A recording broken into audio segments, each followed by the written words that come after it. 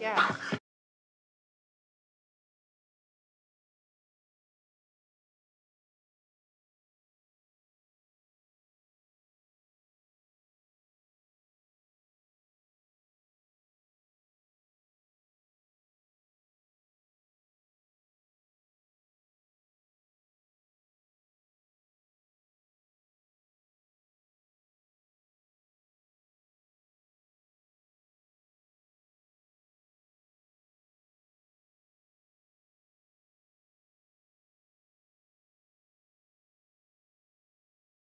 All problem.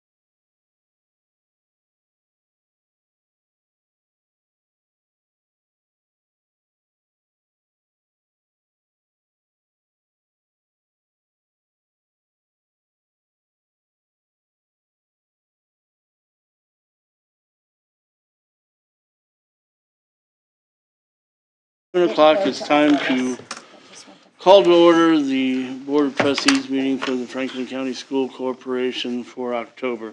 If I could have everyone rise and recite the Pledge of Allegiance and a moment of silence to follow. I pledge allegiance to the flag of the United States of America and to the republic for which it stands, one nation, under God, indivisible, with liberty and justice for all.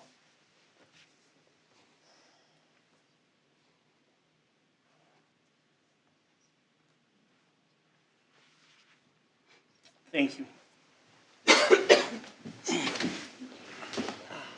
The first item up on the agenda is the consent agenda items. Is there any discussion? If there's no discussion, can I have a motion? Rick is there, and Jessica? Second. Second. All in favor, raise your right hand. 7-0.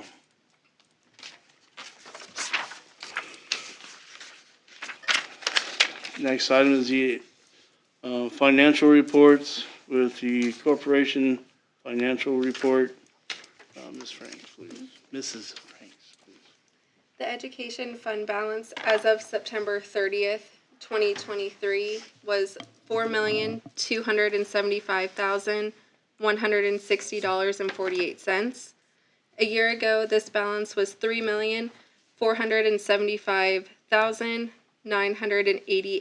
$3,475,988.06. The operations fund balance as of September 30th, 2023 was $774,824.22. A year ago, this balance was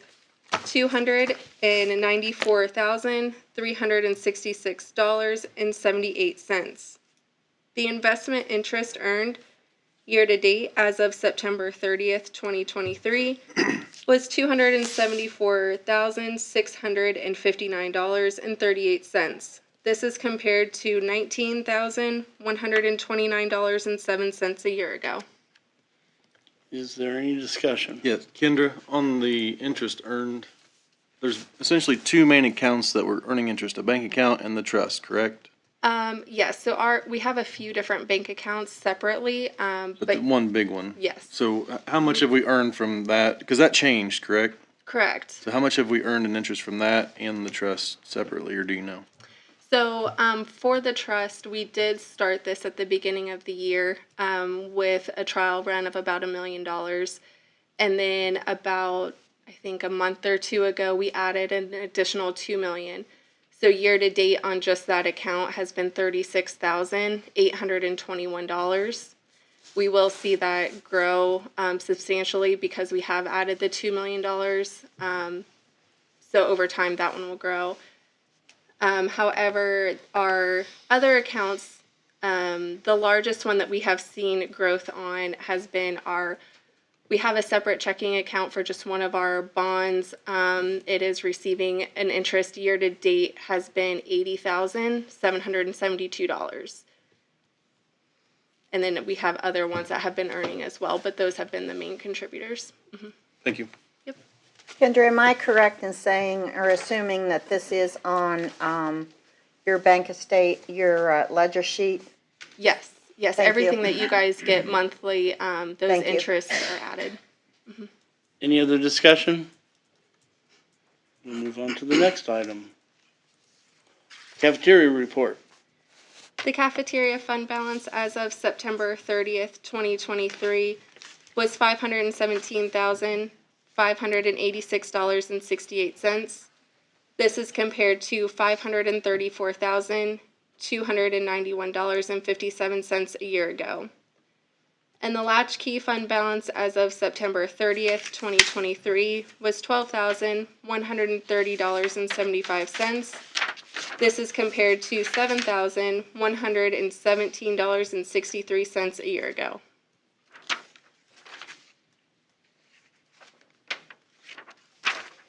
Okay, next is the resolution authorization to make changes in the 2024 budget as needed.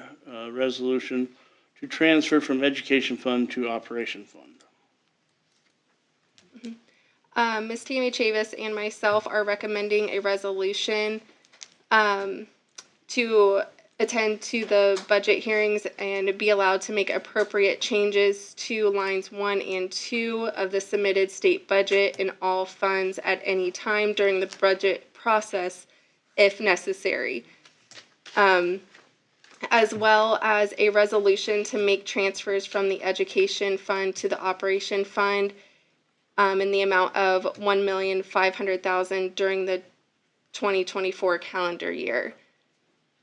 And this is the Department of Education allows us to make a transfer up to 15%. It is encouraged from the Education to Operations Fund, and that's what this amount would be for. Is there any discussion?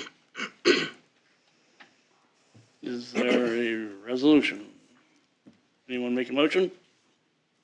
Rick and Katie, all in favor, raise your hand.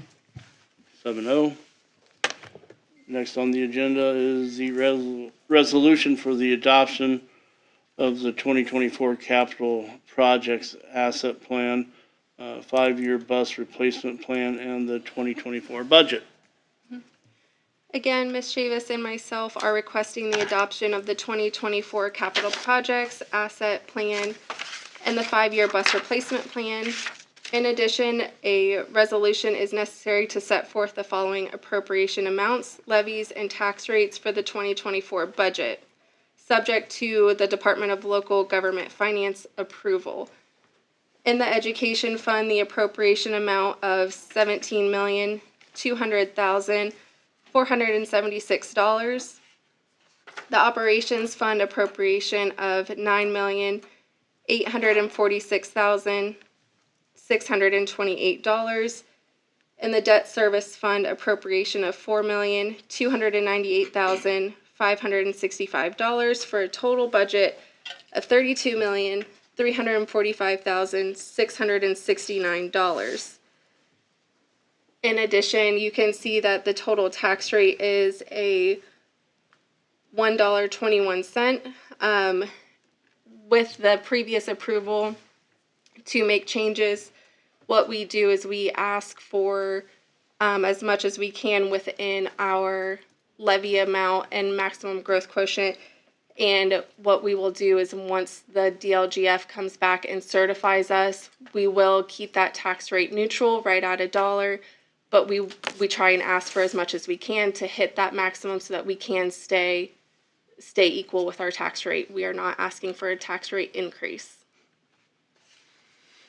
Is there any discussion? If there's no discussion, is there a motion? Is there a motion? Rick, second? Jessica? All in favor? Raise your hand. 7-0. Okay, next item on the agenda is the celebrations. And before she says anything about Rod Fuller, I need to explain one thing. My son to this day can't pass a Mr. Potato Head and not say something about it. Mr. Fuller, if you could join me up here, please.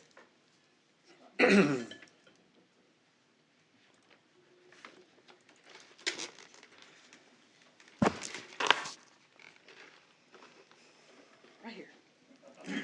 All directions. So it's my honor and privilege tonight to recognize Mr. Rod Fuller as our October Educator of the Month. When I went over to see him, he was headed out that day, and I told him, and he goes, "Are you serious?" And I go, "Yes, I'm serious." So he's been teaching for Franklin County schools for 25 years, with 15 of those being in high ability. I think overall you have 31 years of experience. He graduated from Ball State with the Bachelor's of Science degree. He was nominated by a parent and a former student that has, I believe now it's at the middle school that nominated Mr. Fuller. So when asked why Mr. Fuller is nominated for this award, this parent said he recognizes each of his students' needs, whether it's a snack to focus. I didn't know you had snacks. So, encouraging words or noticing who is having trouble with a particular subject. He handles each need with grace and patience, without embarrassment or distractions to the class. I really appreciate Mr. Fuller's positivity and his approach to connect with his students. I'm very thankful for Mr. Fuller and the impact he has had on our family. So that was from the parent. When he's not at school teaching, he is a member of the First United Methodist Church, the National Association for Gifted Children. He's served on the Franklin County Library Board, and I know he goes to Disney, and I know he reads his mysteries, and he collects his antiques. Always Nothing about Potato Head on there? No, I didn't. So when asked what he loves most about his job, the best part is teaching challenge is working with the same students for multiple years. This gives me the opportunity to form a deeper connection with each student. It is exciting to see their growth over the years as they progress through the program. And you know, if you go and ask any student that's been through Rod's program, an indication today, a middle school student nominated him. So congratulations, and very well deserved.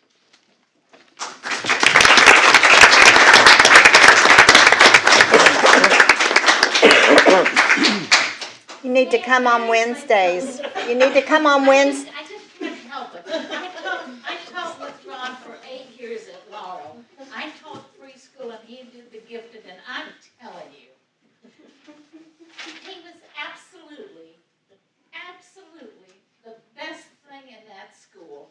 And I had a little gifted boy in preschool, and his discipline was a little, and so I said to him, "You need to go sit in Mr. Fuller's class." And so he sat there, and when he came back, I said, "So how was the class of Mr. Fuller's class?" And he had to be really quiet there because he was teaching. And he come back and he said, "I love that Mr. Fuller. They just tell everything. They just know so much." And I said, "See, that's what you do when you learn." So thank you, Rod, for helping this kiddo to get through.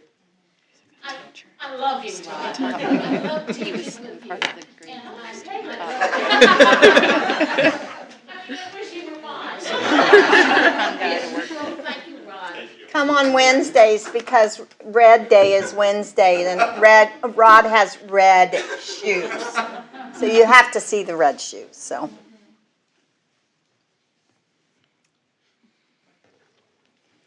That's precious.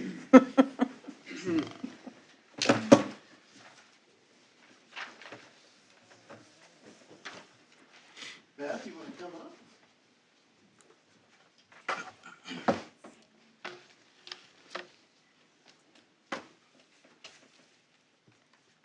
You get to stand beside me. I'm excited to announce our October Support Staff of the Month. Mrs. Beth Foltz, Media Specialist Assistant, Franklin County Middle School. Just to show her character, when I went over and said, "Hey, you're the October Support Staff of the Month," she begged me to give it to someone else. I had 9 nominations, so that wasn't going to happen. So that just shows how important you are there. Beth joined the Franklin County Community School Corporation in 1999, making this her 24th year. Beth was nominated for this honor by 9 students and staff members.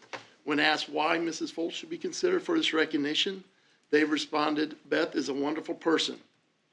Her kind and compassionate personality is apparent in all that she does. She does her job effectively and efficiently, all while having a smile on her face. Beth makes connections with her students and offers book recommendations based on what she has learned about that student. She simply cares." Aside from her role in the library, Mrs. Foltz is ready and willing to contribute in any way she can. Several students reported Mrs. Foltz is one of the nicest people we have met at Franklin County Middle School.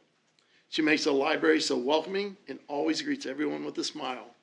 Mrs. Foltz is always there to talk to whenever you need or a trustworthy person, and is always kind and considerate when doing so.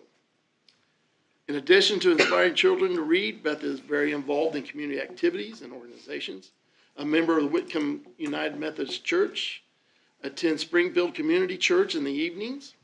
Beth is a member of the Franklin County Machinery Club and a 35-year leader of Whitcomb Boosters 4-H Club, which she's very proud of. In her free time, Beth enjoys her flowers, baking, crocheting, visiting friends, riding her tractor, and quad. Most importantly, she loves spending time and making memories with family, especially her 5 grandchildren. When asked what the best part of your job is, she responded, "The people I work with, and I love the kids." You want to tell us who your guests are? My guest is my daughter Jackie. She's here with us. Congratulations.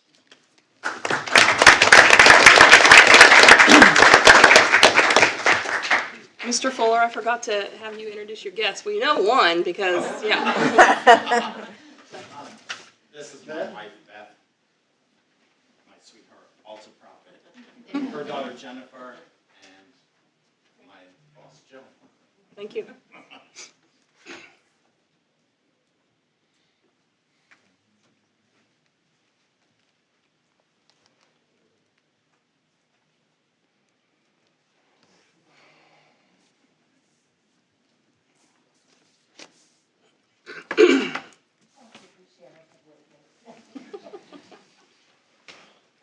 Okay, at this time, if you'd like to stay for the rest of the board meeting, you may, or you may leave if you no longer want to be here. And I'm on my, no, I'm staying. You gotta stay. Okay. Yeah. Thank you, everyone, for attending. Thank you. Appreciate it. Okay, next item is the comments from the public. In order to address the board, individuals must sign in prior to the start of the meeting.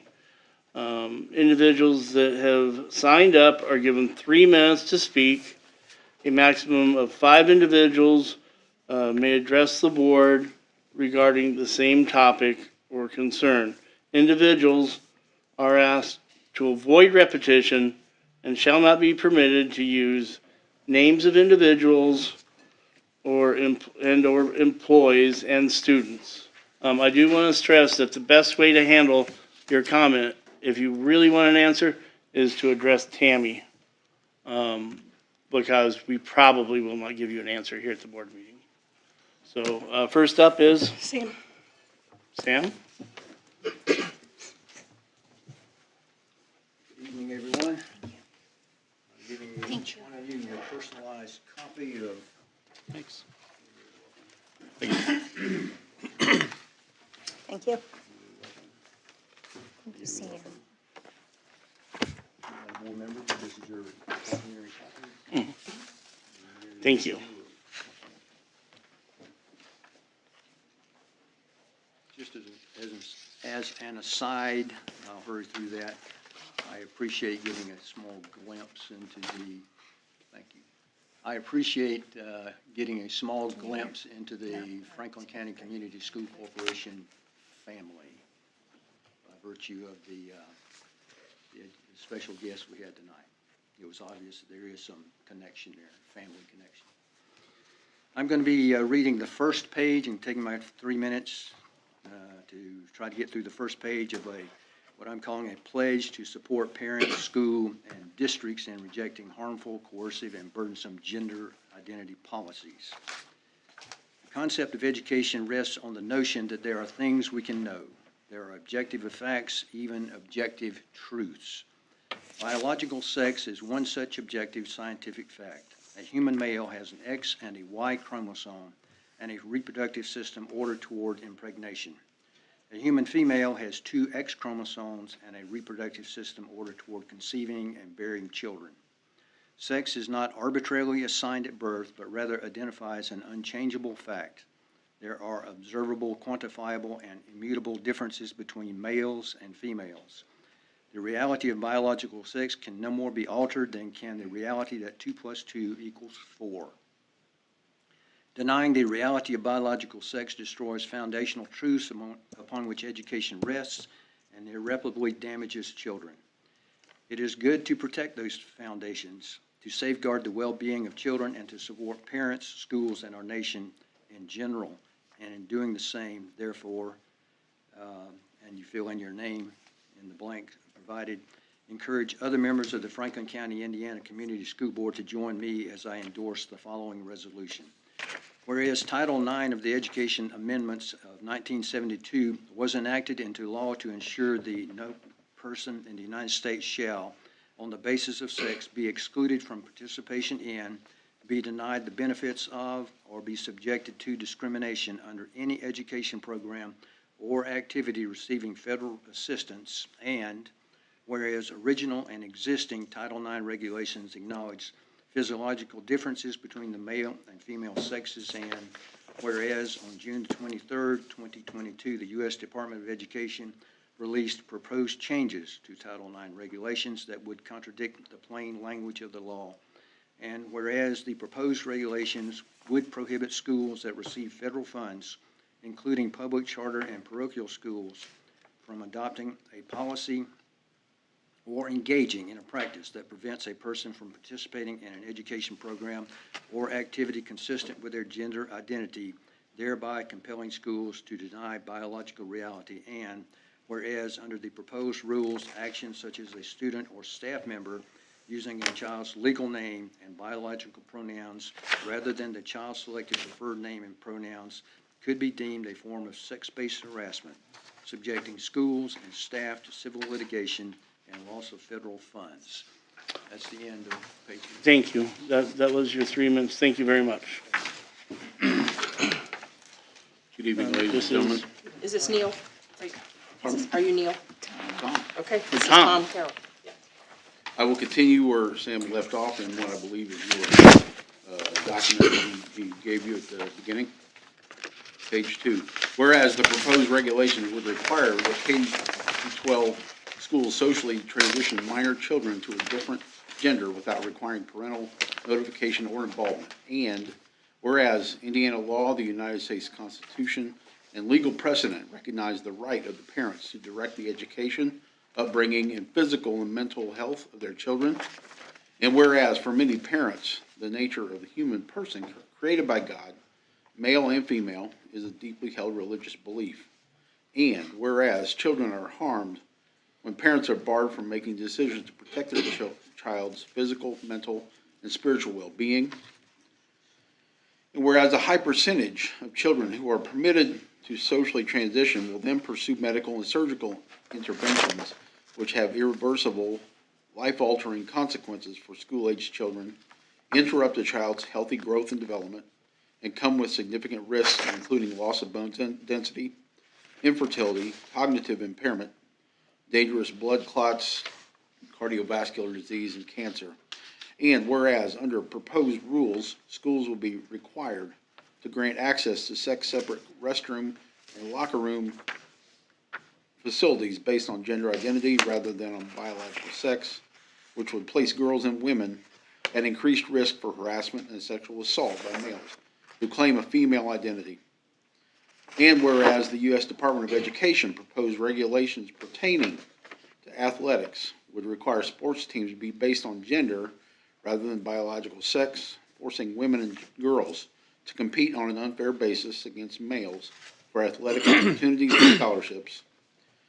And whereas in guidance issued May 5, 2022, and in a rule promulgated on June 14, 2022, the U.S. Department of Agriculture announced that it will interpret the prohibition on sex discrimination found in Title IX and the Food and Nutrition Act of 2008 to include discrimination based on gender identity.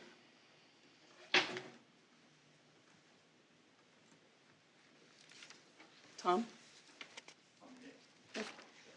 Oh, Neil. We'll get you right. This is to continue.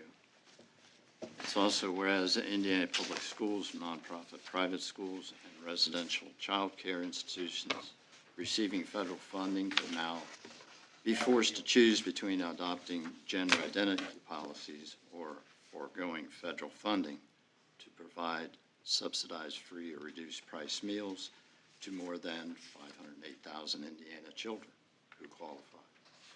And whereas I acknowledge the pain experienced by those suffering with gender dysphoria, and whereas the appropriate course of action to pursue for students experience symptoms of gender dysphoria is treatment delivered by parent-selected mental health professionals. Therefore, I pledge my unequivocal opposition to the proposed regulatory changes released by the U.S. Department of Education on June 23rd, 2022. I further pledge my support for Indiana Attorney General Todd Rokita and more than 20 other states' attorneys general seeking to invalidate the newly enacted Department of Agricultural rules that tie the continued receipt of federal nutrition assistance to other funding subjects in Title IX to the adoption of gender identity policies. And I further pledge to continue my support for the General Assembly to assist local school districts in combating this federal overreach by proactively approving stopgap funding of necessary programs should the proposed regulations take effect.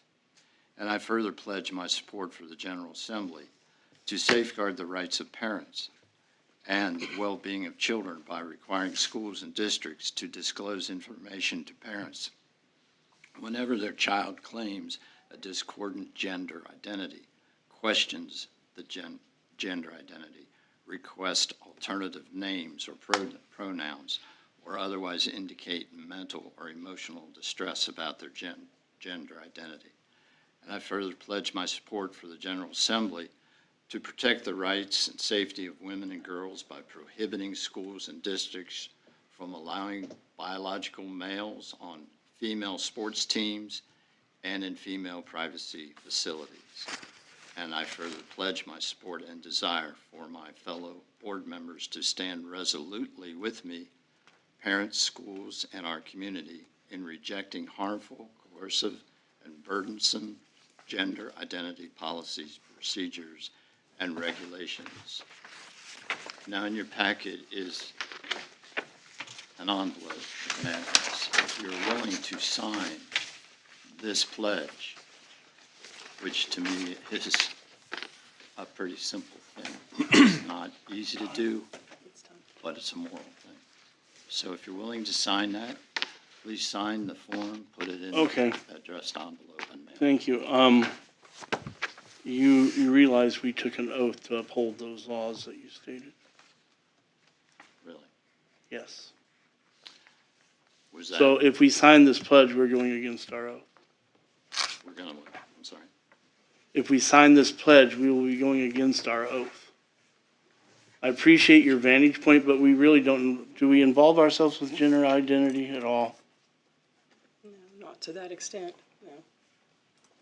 So you're saying if you sign this, it, It would be a violation of our oath. and what is the oath? Our oath is to uphold the laws of Indiana and the U.S. So if the laws are wrong, you have to go by that and uphold. Unfortunately, that's our oath. That is sad. That is really sad. Well, when we start being autonomous and not have to depend on funding, we could do whatever we want, but that's not the case. That is really sad. Yeah, what you really want to do is take this to your senators, your representatives, your congressmen, because they're the ones that enact the change of what we have to do. Okay, can I just ask one question? One question, please. Do you have students in the high school, let's say, who are males playing on female teams? No, we do not. If you did, you would have to allow that. The IHSA does not allow that. So there is no males in female bathrooms and things You've like that. said sports. Well, right now, we have unisex bathrooms that they've chosen to use. You do have unisex bathrooms? Yes. Okay. We try to accommodate both sides of the aisle there. Okay? Okay. Okay, thank you very much. I appreciate you gentlemen speaking. Okay. Statements from the employees, we have none. Superintendent's report is next. Just want to give you an update on the marketing initiative. I believe Mr. Shermer was here. Oh, it's been quite some time. Mr. Shermer, Miss South, Miss Shaver, Mr. Ball, and I have met, I think, twice. Once in June, and we have met about a week ago. I think we're at the point now. We have talked about releasing a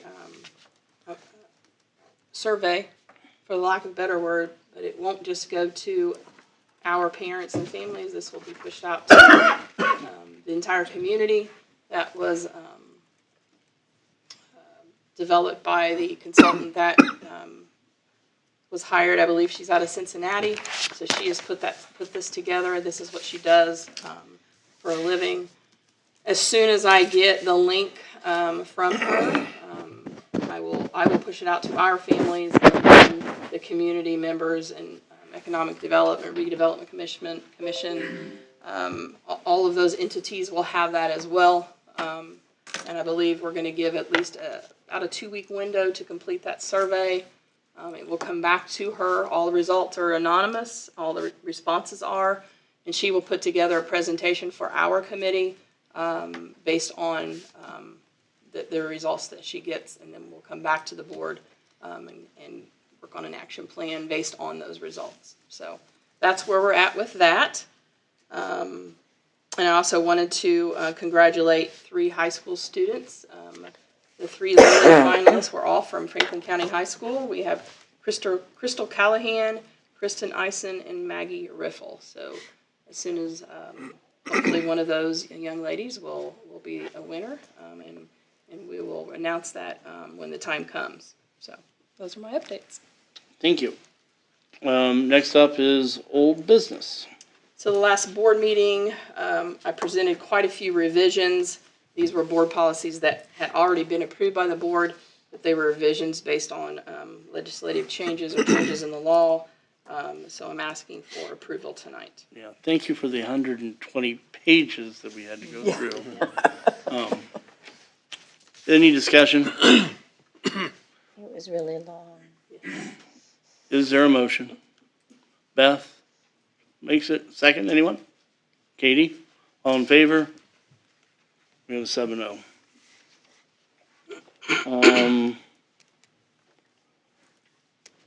You have, Yes, I also presented new policies last board meeting on September 11th. Those were just a first read, so you had a month to look at a few of those policies. So I'm asking for approval tonight on these. is there any discussion about those? Is there a motion? Rick, second? Can't see that far. Kevin? All in favor? Raise your hand. All opposed? 7-0. And I believe you'll be happy to know that this is the last batch as a big group. This finishes out the 800s and 900s as a new policy. As we move forward, there will probably always be some revisions. usually in August and September every month, and any new policy that Neola may add. So this will be the last batch of bulk policies. So this is just for review tonight, and we'll come back in November, and approve the final batch of policies.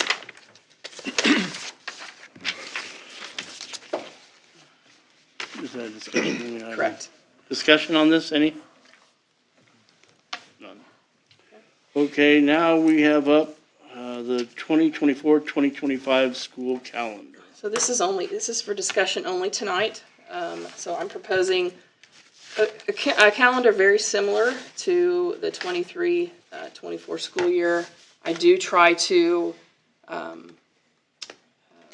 adhere as much as I possibly can to Fayette County's calendar, because we do send over 100 students from the high school to the Career Center. So if we're out and they're in, they're missing those instructional hours. So it's not perfect. They're out a few additional days than we are, but I'm proposing to start school next in 2024, August the 7th, and conferences will mirror what we're doing this week.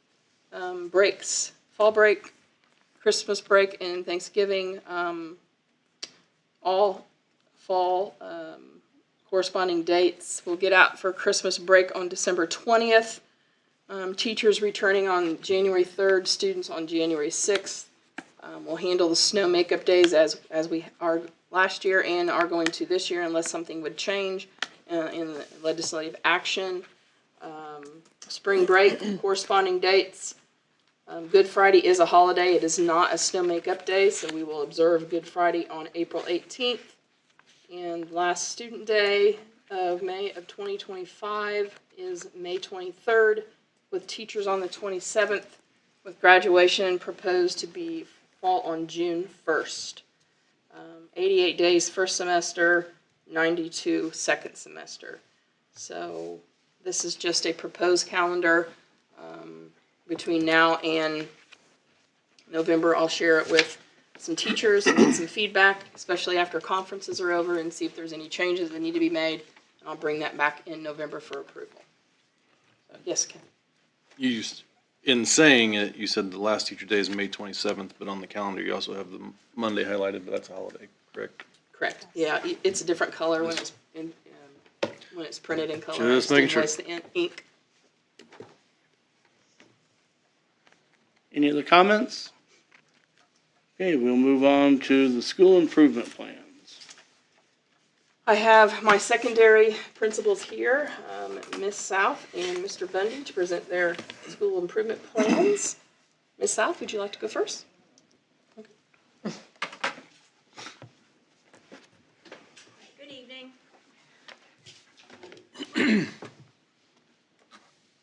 All right, I would like to start presenting that of the reading, math, college, and career, and also attendance school improvement goal for the 23-24 school year. From the fall NWEA benchmark to winter, we're looking at 58% of all of our students will be on or above grade level on the winter NWEA MAP 6+ reading assessment RIT score. That's the ready to learn score by that of December the 31st, 2023. Then we're looking at a 5% increase. From winter to spring, we're looking at another 63%. So we went from 58% to 63% of all students will be on or above grade level by the end of that of the spring testing score on the MAP 6+ reading assessment by May the 20th, 2024. The fall results, they were at 53%. By winter, it'll be 58%, and then we're looking at another 5% increase by the spring for 63% out of the reading assessment for the MWEA. Or our math, the benchmark to winter NWEA benchmark will be 71%. We had 66% of our students that were at or above grade level based upon that of our fall results that we just had. So by winter, it's 71% on the math assessment ready to learn score by that of December 31st, 2023. And then by spring, we're looking at that of a goal of 76%. So again, a 5% increase on or above grade level for the MAP 6+ math assessment on the NWEA test. Another one of our goals happened to be, because it's college and career, 50% of our students, grades 9 through 12, will attend that of a college and career visit within a year. All teachers will publicize the college and career visits to increase encouragement from all staff at FCHS. We'll attend parent meetings, college and career lessons taught, and publications to advertise the visits. There's expected to be an increase of more than 50% of our grades 9 through 12 students to attend a college and career visit a year. Our last goal happens to be attendance. Decrease the total number of students who are considered chronically absent. A student is chronically absent when he or she misses 10% or more of the school days for any reason. Our attendance assistant principal, other administrators, and teachers will communicate to identify chronic absenteeism. We will also place that of attendance charts from each grade level to create more of a friendly competition within each 9 weeks of the grading period. Lastly, FCHS is here to celebrate all students, whether it happens to be academic achievements, whether it's athletics or arts and engineering and technology. Again, we're all here to work on trying to support all of our students. And with that, I do want to say that we're very proud to announce that we went through the accreditation process last year as far as the school improvement.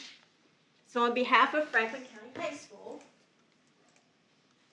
we're awarded this finally. I would like to announce that Franklin County High School has received their certificate of accreditation for the excellent work that was done to meet the standards in the construction and execution of the school improvement.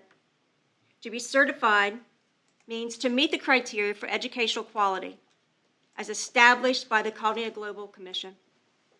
In June of 2023, FCHS was notified of this achievement and the certificate followed.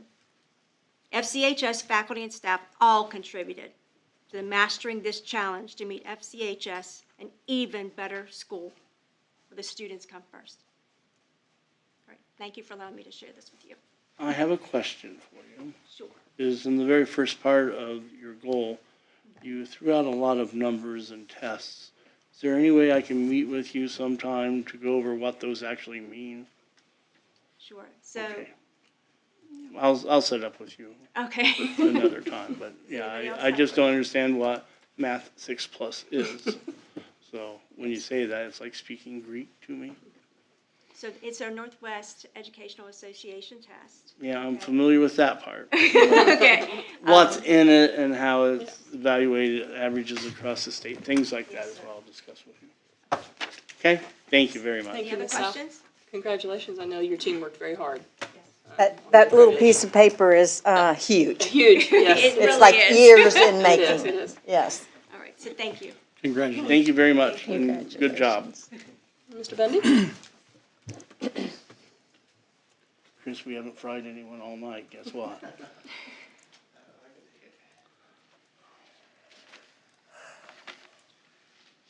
Franklin County Middle School, school improvement goals, looking at increasing the percentage of students reaching the NWEA math growth projections. So the NWEA scores, we take the assessment 3 times a year, and they look at student scores and their growth over the years, and they give a projection on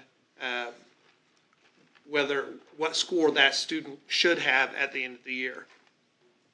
So we are looking at increasing the number of students reaching that projection by 3%.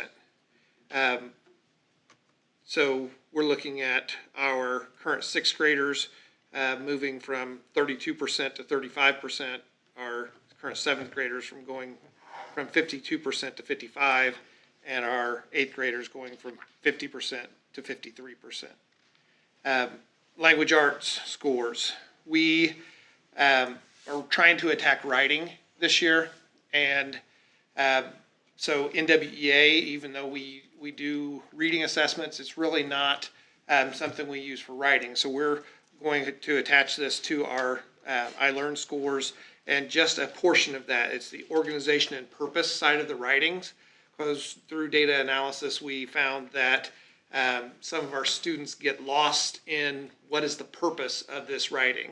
And so we're taking steps in the classrooms and across the board, helping students learn how to analyze what's in there and then come up with a cohesive way of presenting this in their writing. So right now, or the goal is to increase the percentages of students scoring 3 out of 4 or higher on the organization purpose section of the writing scores in iLearn. So currently, 26%, or last year, 26% of our students scored 3 out of 4. That's hoping to go to 29% in both that's eighth graders. So in sixth and seventh graders, we're looking to move from 15 to 18%. Attendance rate, we're using the benchmark from not last year, but the year before, of 94.4% is our attendance. We are taking steps to encourage attendance through reward activities. We also have the Daily Scoop, who is donating ice cream to the SRT group, who has the highest attendance rate per grading period. We will have a traveling trophy for that SRT group that has the highest attendance rate, and students will be able to actually sign that trophy and have it hanging in the classroom for that teacher. That's just a way to try to get them excited about being part of our school and showing up, being present at school. Thank you. I have one question for you as well. What does SRT stand for? Student Resource Time. Okay, thank you. I have another question. You said that we take NWEA 3 times a year? Yes. How long does it take to give that test? Depending on the student. There's no time. It's not a timed, it's a completion based. So some students can do it in 30 minutes. Some students take longer than that, 45 minutes to an hour. Okay. Thank you. Thank you very much. So I'm asking for approval of both of those school improvement plans at this time. Any discussion? Is there a motion? Katie, Beth, all in favor? Okay, that was 7-0. Next up are the school safety plans, which we received in executive session. Is there any discussion about this? It was pretty extensive. Do I have a motion? Beth and Rick, all in favor, raise your hand. We have 7-0. Next is the consulting services agreement between FCCSC and Fanning. Howie. Yes. So as you saw Matt, when he presented 2026, quite a bit of debt rolling off. I believe that's the middle school project that was done about 20 some years ago. So that is falling off. So I felt like consulting with our current architect and engineer to look at a lot of things, really. I wanted to look at our 3 elementary buildings, renovation versus new construction. I wanted to look at traffic flow in and out on Wildcat Lane. Is there a possibility to have an additional exit? I want to look at an early learning center. Do we have space to put preschool on that campus. I want to look at the walkability of the main campus in there is non-existent. Is there an opportunity that we could fix that problem? I know that prior to the decision to do the music suite, we once upon a time talked about a field house. Is that still an option? Can we still afford it? So what I'd like Feening and Howie to do is come on site. This is the kind of project that probably will take 6 months to complete. I would anticipate, if it's approved tonight, coming back probably in March, April, and giving a presentation to the board in a special board meeting. I hope that they would look at our main campus and/or other sites and give us some kind of a rendering. It wouldn't be to scale, and it's not going to be what they would use if they were going to build something, but something tangible that we could look at, and possibly looking at our current facilities. Is there any way that we can use that space in a better way right now? So that's kind of my drive, my vision as we move into the next 2 years. Because once 2026 comes, we cannot be having this conversation about what are we going to do. It's going to take a year and a half to get to that point, and the board have all the information to make a decision on what they want to do moving forward with anything. I did hear from Jerome today. He is the demographer, and he is on target for November 15th, I believe it is, for a special board meeting to go over his demographic study. I believe it was at 6 o'clock, maybe. Is that right? Anybody? Quote me. But that Say yes, but I don't know. 6 o'clock. You are I believe correct. it is. Was it 6 o'clock? Okay, thank you. So he will be here to present that to the board that night. So, but that's already been board approved. But I wanted to give you an update. But I'm asking for approval of this master plan, so to speak. Are there any questions about this?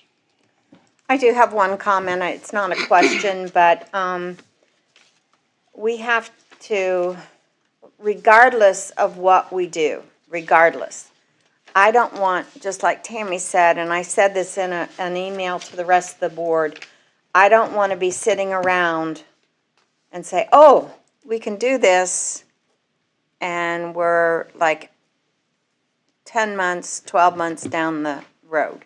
So I think that we really need to I think we just kind of need to do some soul searching ourselves.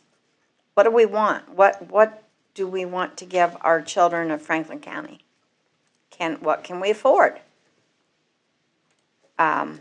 So I really want to see this get going, and that's it. And this study also goes hand in hand with safety and security. Exactly. For a major reason is we only have one basic entrance in and out of the main campus. This would give us an opportunity to explore another one. I think, Francis, that's really important too, because it is very hectic in the mornings, and we have the entrance or exit off Wildcat Lane. That is a difficult exit, and it is dangerous. And the other entrance coming up Oxford Pike, I know firsthand because I've lived there my entire life, is very dangerous. You shouldn't live on the pike. I know, but it is, and I do think that would be beneficial from this. Yeah, I mean, this money being spent would need to be spent regardless of any decision we make, because it's a facilities evaluation, and it also gives us a security evaluation as well, so.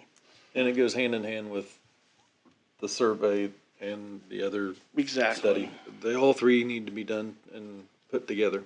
I agree. Well, and I think the safety thing is what Francis said that's imperative now. I mean, if we had something happen on Wildcat Lane and we can't get the kids out, we've got to, we know that now. We've got to get that fixed if we can, and I'm sure we can. Okay, any other discussion? Do I have a motion? Katie and Kevin? All in favor, raise your right hand. 7-0. Okay, we don't have anything under other. Are there any legislative updates? No legislative, but I will share that I attended the Indiana School Board Association and Indiana Association of Public School Superintendents Fall Conference, Annual Conference. It was I apologize, my voice is a little gone. Last Monday and Tuesday, just getting out and talking to other school board members, superintendents, several very informative clinics that I attended, and will be passing some information on and having further discussions with our board members. It's very beneficial to have conversations with the other schools and see what they do. Some of them could apply to us, some of them won't apply to us, but at least it gives you a basis for ideas. I always encourage people to attend those. Any future agenda requests? There are none. Recognition and acknowledgements? None. So we are adjourned. The next regular school board meeting will be 7 p.m. Monday, November 13th, right here at the Franklin County Administration Building. Thank you, everyone, for attending. I appreciate it. That's just the agenda. Sorry. I was looking for something. I do actually have a question. Thank you.